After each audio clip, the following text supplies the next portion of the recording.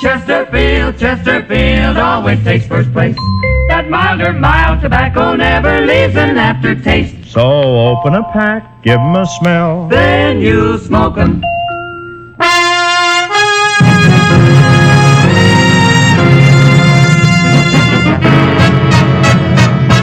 Chesterfield presents The Bob Hope Show. Transcribed direct from Marchfield, California.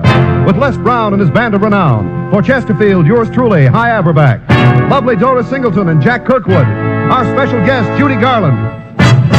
And here he is, the Wright brothers' flight engineer, Bob Hope.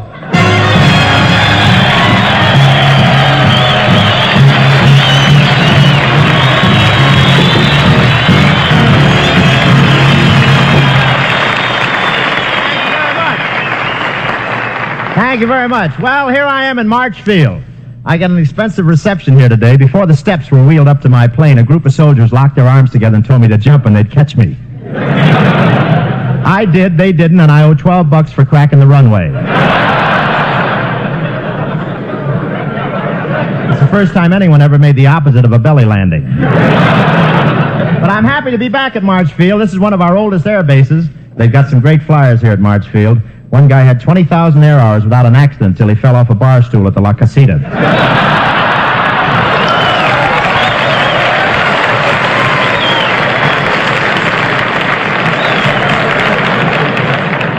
I didn't think that was that good, really. When I first got here today, I overheard Colonel Gainey talking to some flyers, and I was pretty proud when he said, "Fellas, the Bob Hope Show is here tonight, and believe me, I'm going to be sitting right down there in that audience. I don't ask my men to do anything I won't do."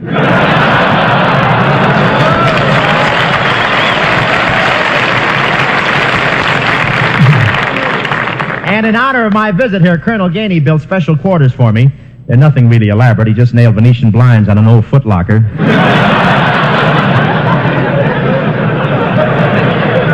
And the section he put me in is lovely.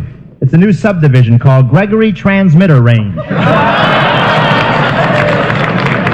It's so far from here, even Gregory can't find it. I'm not exactly sure where it's located, but one night a sentry yelled, "Who goes there?" And a polar bear said, "It's me and my girl, and mind your own business." Polar bear was mistaken. It wasn't his girl. I wear rabbit fur nightgowns.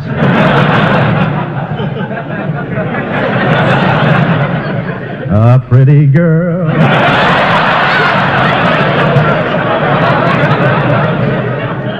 A friend of mine made a lot of money in Riverside a few months ago. He was smuggling privates into Marchfield.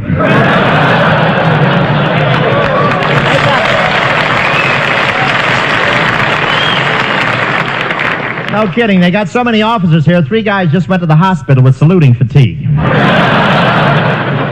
And boy, are these flyers young. When I stepped off the plane today, the colonel said, "Don't tell me they're sending us the 18-year-olds already."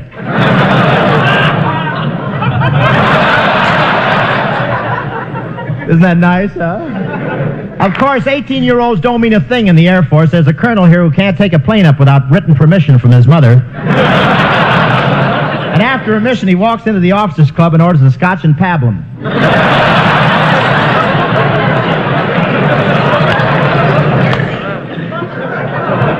And one of these kid recruits was marching with his knees way up high. Sergeant said, "What's the idea of doing a goose step? Are you a German?" The kid said, "No, if I walk any other way, my diaper's drag." In fact, recruiting officers have been in a lot of classrooms looking for volunteers. I know one student who's been in Korea 6 months, and all he did was raise his hand to leave the room.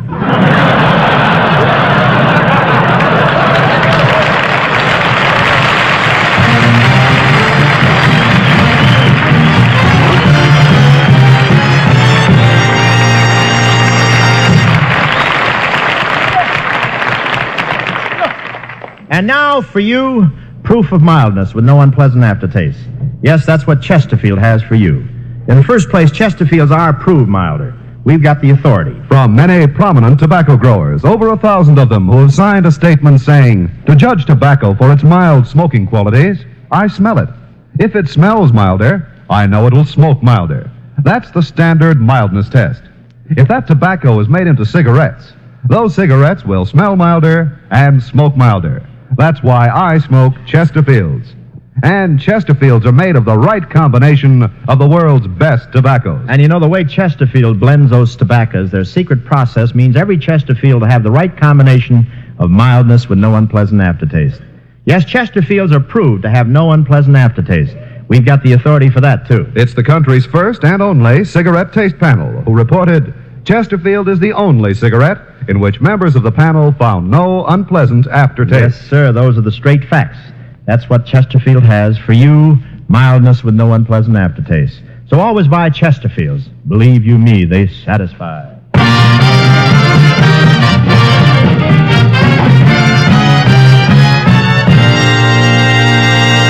Well, the Chesterfield gang has traveled to many service camps, but the trip up here to Marchfield was a real dilly. To give you an idea of exactly what happens when Bob is in charge of a tour, let's go back to early this afternoon. We were about an hour out from the Burbank Airport.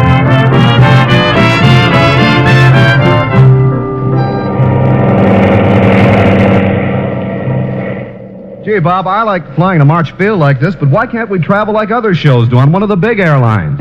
Stop worrying. Hi. Look at Les Brown's musicians back there. Look how relaxed they are. Yeah, but they were in that condition when we carried them on the plane. Boy, that Hadacol must be wonderful stuff, huh?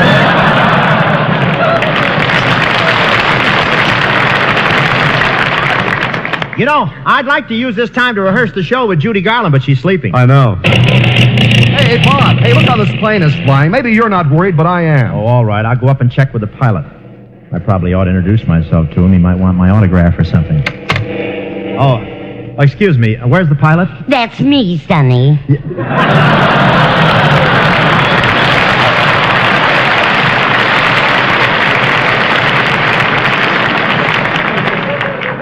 Well, I wanted to ask you something about the flight.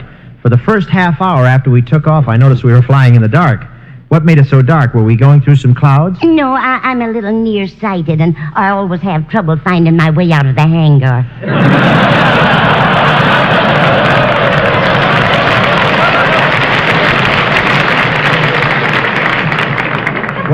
Where did you get your flight training? At Camp Hahn? Look, are they with us? Are you sure you can find Marchfield? Oh, yes. My husband used to work there. He held a very important position. He was the Marchfield supervising engineer in charge of alternating rotary synchronization. Oh, what does that mean? He took care of the slot machines in the offices.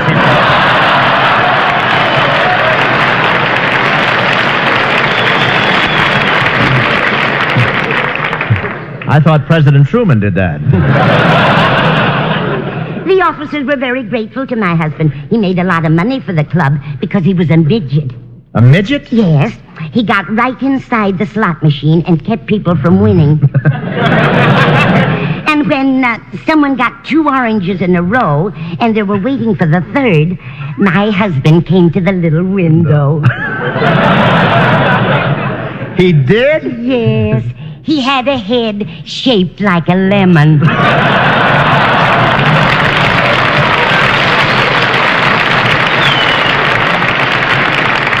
Well, I hope you keep us on schedule because we've got to rehearse and... Are we almost to Marchfield, Bob? Well, Judy, I didn't know you were awake.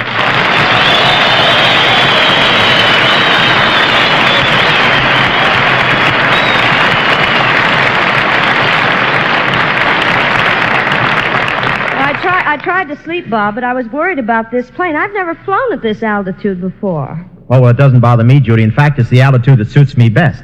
You mean 17 feet above the ground?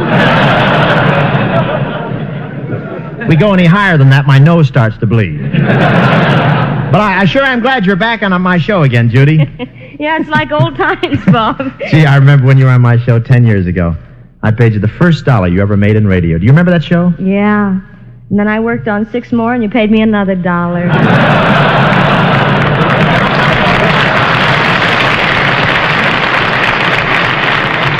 Well, by the way, Judy, who's that sitting in the back of the plane, that fellow in the Air Force uniform? Oh, he was trying to get back to Marchfield, and the musicians offered to give him a lift. You know, Judy, this would be a wonderful chance to find out what the men really think of me at Marchfield. You call him down here and talk to him, and I'll sit behind this bass drum and listen to what he says about me. No, that's not nice to put anyone on a spot like Judy, that. who's it going to hurt? Just go ahead and do it, will you, please? Well, all right. Oh, Sergeant! Me? Would you come down here, please? What's your name? Oh, I'm Sergeant Arnold from the 22nd Air Base Group.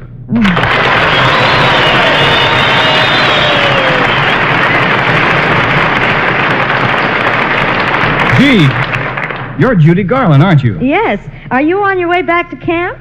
Yeah, I was on a furlough visiting my girl, but I'm rushing right back to the field because Bob Hope's going to be there.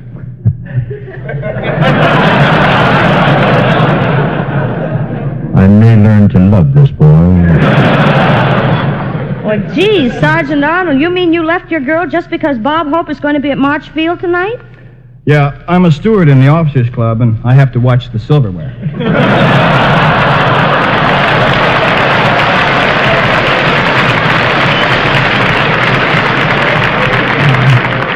Oh, now that's the silliest thing I ever heard. Bob wouldn't steal their silverware. No. Judy, the last time he walked out of the dining room, he rattled so much he got a mating call from a Quonset hut. It wasn't silverware that made the noise. I don't use all the little suspenders on my garter belt, and some of them tinkle against each other. Well, look, even if Bob did accidentally appropriate some of the silverware, I don't see why that's so serious. Well, the reason the officers are angry is that ever since then they've had to eat with their fingers. I thought they did anyway.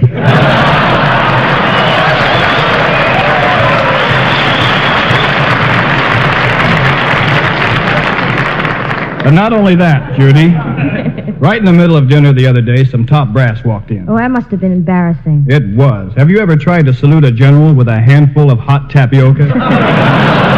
Now, wait a minute. This has gone far enough, Sergeant. Gee, it's Bob Hope. Yes, I was behind that drum and I heard everything. Now, I want you to answer me one question, Sergeant. If what you say is true, then why did Colonel Gainey send me a telegram in Hollywood begging me to come to March Field tonight? To get you out of the house so they could search it for the silverware. That's a lie! That's a lie, I say. I never swiped anything in my life, and what's more... Now, wait a minute, fellas. There's no use fighting about this. Bob, Sergeant Arnold said some things about you, and I know he's sorry. Why don't you forget the whole thing and make up? Well, I'm willing to shake hands. Okay, I'll shake hands, too. Here.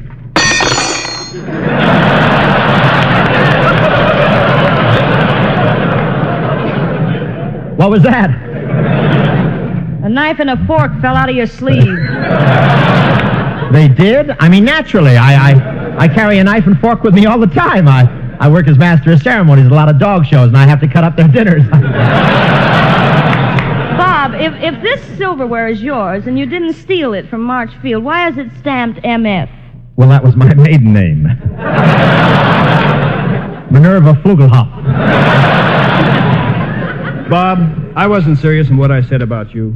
Will you accept my apology? Well, I don't know. I'll think about it. Well, that goes for me, too, Bob. We've been doing a lot of kidding, but one thing I'm sure of. You're not dishonest. Well, that's better. Well, now that we're all friends again, Judy, why don't you sing the song that you're going to do on the show for Sergeant Arnold? All right.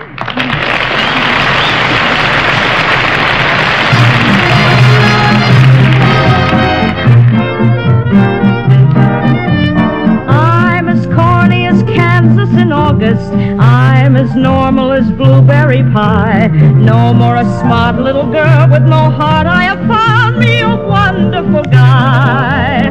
I am in the conventional dither with the conventional star in my eye. And you will note there's a lump in my throat when I speak of that wonderful guy. I'm as trite and as gay as a daisy in May, a cliche coming true.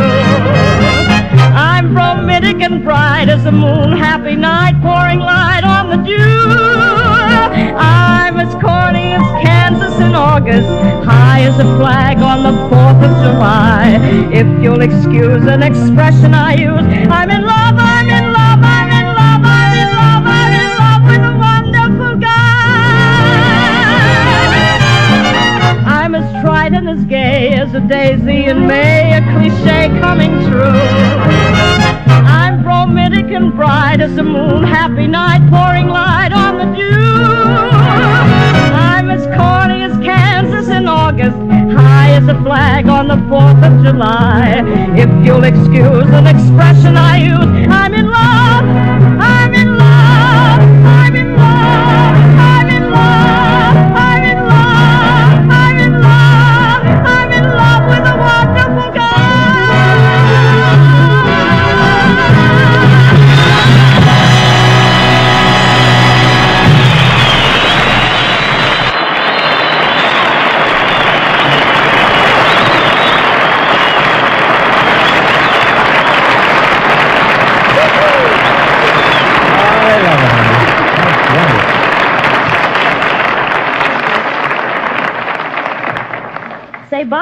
You and Bing Crosby rate pretty high with the Chesterfield people. I understand in a month or so they want you to come down south for the spring tobacco planting. Yeah, we're going down to Durham, and what a team we'll make. Crosby pulling the plow and me handling the reins. Well, why does Bing have to pull the plow? Why don't you get a mule? Well, when you got a pair of ears like Crosby's, you don't need a mule. Yeah, for that matter, when you got a nose like yours, you don't even need a plow.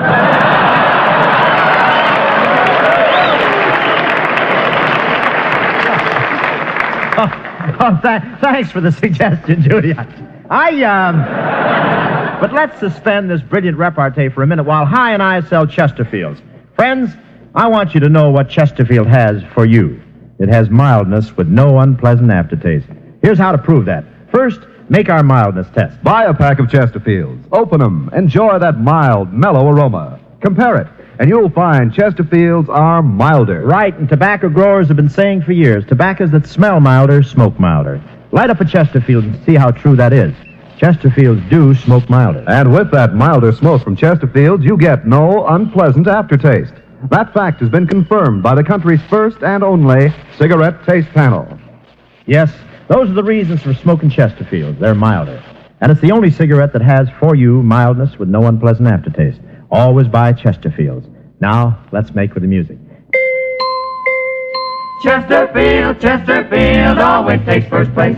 That milder, mild tobacco never leaves an aftertaste. So open a pack, give 'em a smell. Then you smoke 'em. I was waltzing with my darling To the Tennessee Waltz. when an old friend I happened to see introduced him to my loved one. And while we were waltzing, My friend stole my sweetheart from me. Howdy, folks. My name is Robert Hope. I'm a real mountain boy from Poonville, Tennessee.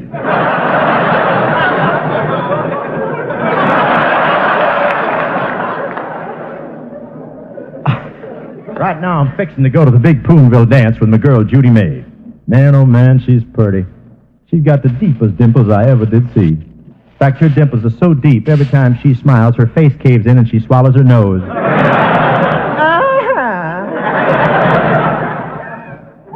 Well, here's her house.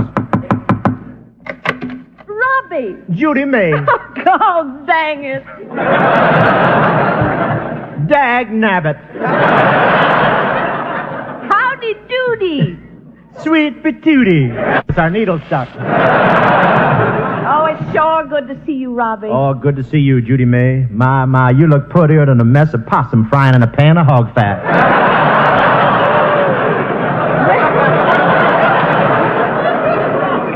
Well, I thought I'd make myself real pretty for the dance. Is that a new trail? Uh-huh. It's made out of burlap. Burlap, don't it rub your skin? No, I'm wearing burlap bloomers. You look kind of spiffy yourself, Robbie. I love you. I'm going to marry you. Oh, that's fine. Of course, if you loathe me, that's fine. Of course, I did have my heart set on marrying a girl. What do you think I am? Well, you're too short for a mule and too tall for a gopher. Come to think of it, maybe you are a girl. Of course I am. God dang it. What's the matter? I caught 2 of them in my bear trap last week and let them go. Well, as long as we're going to get hitched, I guess it's okay for you to kiss me now. Well, I ain't never kissed a girl before. Oh, ain't nothing to it. Come here. Oh, golly, is that how all girls kiss? Yep. Hey, well, where are you going? Set some more bear traps. You like kissing, Robbie? Sure do. It's like getting hit in the face with a bullfrog. Well,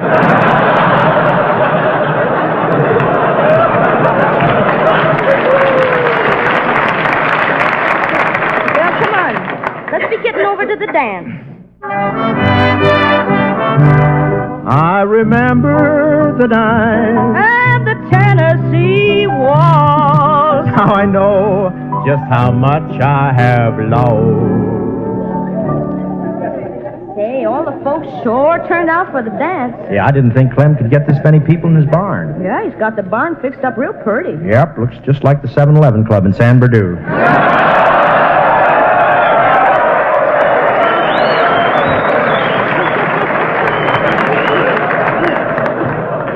I like the blue room there. Judy, I'd like you to meet an old friend of mine. This here is Splayfoot Aberback. Mighty nice to make your acquaintance, ma'am. Boy, he's pretty. Splayfoot and I have known each other for years. Say, Robbie, how's chances of me having the next dance with your girl? Get lost, Splayfoot. She ain't dancing with nobody but me. Ain't got eyes for nobody else. Judy May is just as faithful as an old hound dog. Miss Judy, may I have the next dance? I'd love to. Maybe I'd better give her a distemper shot.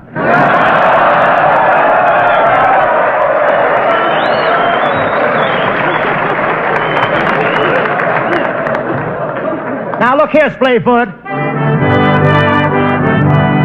How do you like that? My best friend dancing off with my girl to the Tennessee Waltz. I sure wish there was another girl I could dance with and make her jealous. Hi, Robbie.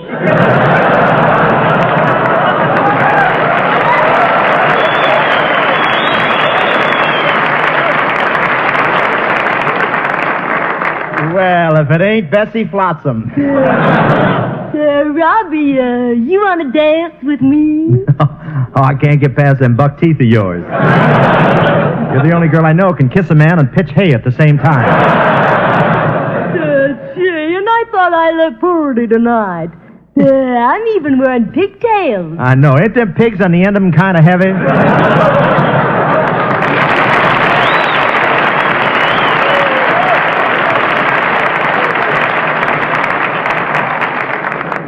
Robbie, I turned my back on you and I find you with my cousin Bessie. Well, you traipsed off with Splayfoot. I like him. He's a smart fella. That's right. I've been to grammar school. If you're so smart, answer me this. Who's the president of the United States? Roy A. Cub.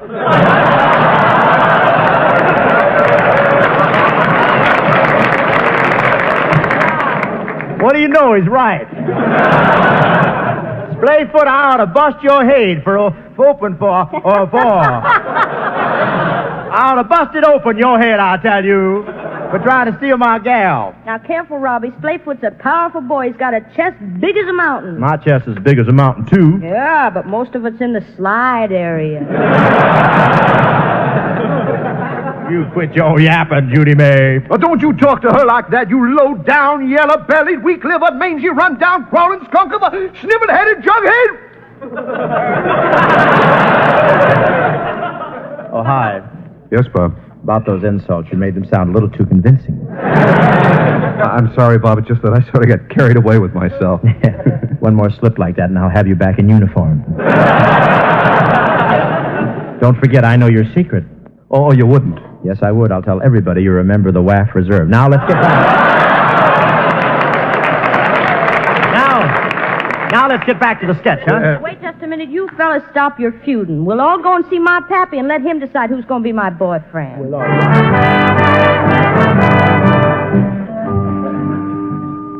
There's my pappy up on the porch. Hi, Pappy. Howdy, Judy May.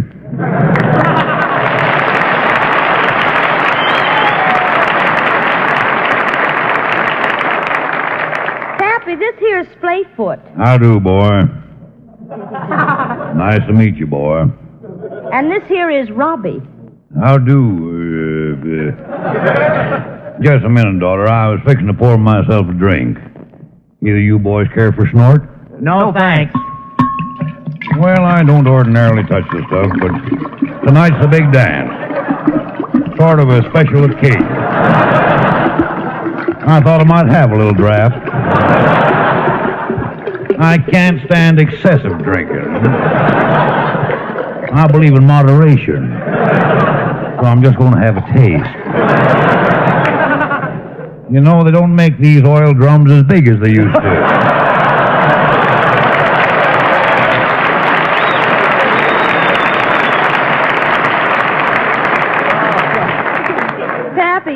Both these boys here are crazy for me, and I don't know which one to pick. Well, whichever one gets you's a lucky man. My little gal here's a fine cook, and you know what they say. The way to a man's heart is through his stomach. With you, that must be a 2-day trip.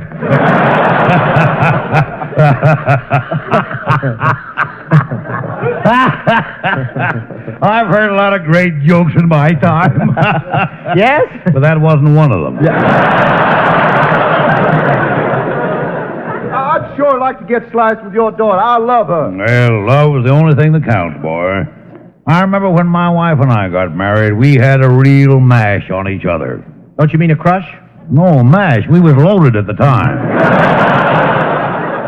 Well, I love Judy May, too. If we get married, we'll have a nice big family. If you let me marry Judy May, I'll take her away from here to the big city. Oh, now you're talking, boy. This ain't no town. Pappy, then you want me to go with Splayfoot? Yeah, that's right, Judy May. Oh, fine. Now I'm left out in the cold. Oh, no, you ain't, boy. I got a nice gal for you. Well, who is it? My niece, Bessie Flotsam. Bessie Flotsam. She's the ugliest girl in town. She's ignorant, too. Now, wait a minute, boy. Come in here, Bessie. Hello, Robbie. Would you like to go back to the dance with me and then for a walk in the moonlight? Well, Bessie, what happened to you? That hat of called wonderful stuff, boy. Yes, I lost my little darling. The night we were playing The beautiful Tennessee Waltz.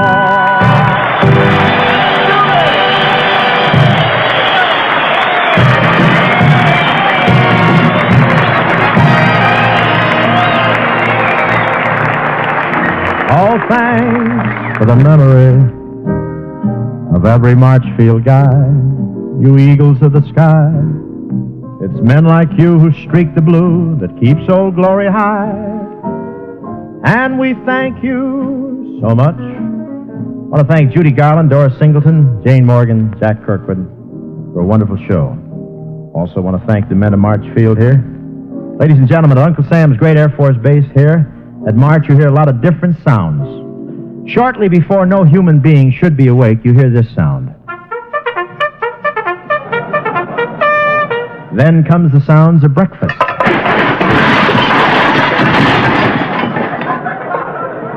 Good food served in a quiet, relaxed atmosphere. Then comes flight time and the sound of planes, great multimotor giants.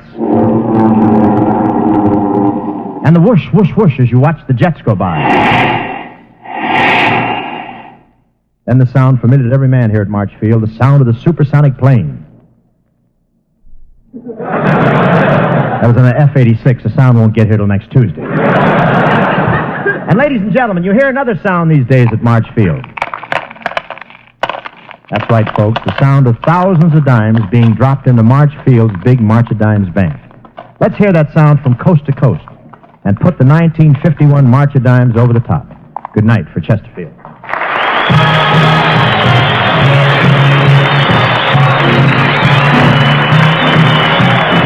As an American citizen, you can help bring about better government at a better price. Keep informed of the reports of the Hoover Committee and back the recommendations you favor. For free information, write to Hoover Report, Box 659, Philadelphia, Pennsylvania. Chesterfields have brought you the Bob Hope Show, transcribed from Marchfield, California.